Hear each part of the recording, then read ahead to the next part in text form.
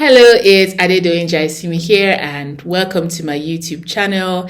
I'm doing the frequently asked questions series where I'm just answering questions that people have sent to me. So if there's a question that you'd like me to answer, you can put it as a comment, you can send it to me via LinkedIn or via email, and I will do my absolute best to answer the questions. Now, this question is an interesting question. And it goes, how can you describe a successful communication professional?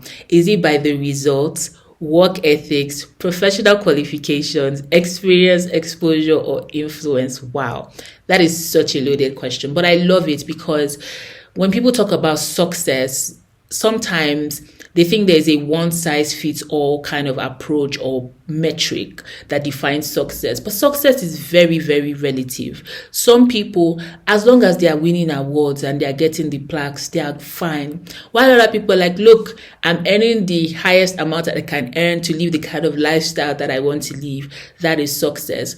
There really isn't a right or wrong. It depends on you. It depends on your definition of success. It depends on what is important to you. Now, because I've been asked this question, I will share mine and you can take away what you can from my answer.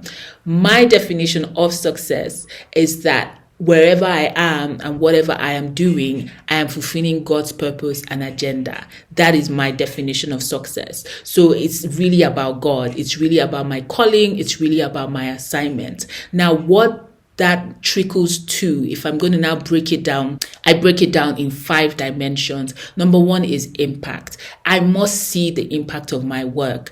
In early days of my career, I've worked across different sectors, entertainment, lifestyle, tech, you name it, I've probably done it. But I realized that I derived the most joy and fulfillment from work where I could see the tangible impact of what I was doing. And so I began to optimize my career to do more of development, philanthropic, something that had a social impact attached to it. So I've done a lot of gender work. Those give me so much joy to do. Now that's me. The impact is so important to me. And I look at impact in terms of how am I impacting the organization? How am I impacting the industry? How am I impacting those who are around me? So I go into any organization, I want to leave it better than I met it. I want to help them to achieve their objective, but I want to take them even higher and further. So for me, impact is not even just about the brief. It's also about the work that I'm doing within the organization. And that leads me to my next point, which is results. What kind of results am I delivering? Am I delivering the results the organization wants me to deliver, or the clients or whoever it is I'm working with? I want to exceed expectations. That for me is success. And I look at it as growth. How have I grown? So looking at myself in January 2023 and now, how have I grown as a professional? Have I taken professional courses? Have I added a new professional qualification? What have I done to develop myself professionally? That also falls into my bucket of success. The next thing is reach. I don't believe that my career is just about me, myself, and I make all the money.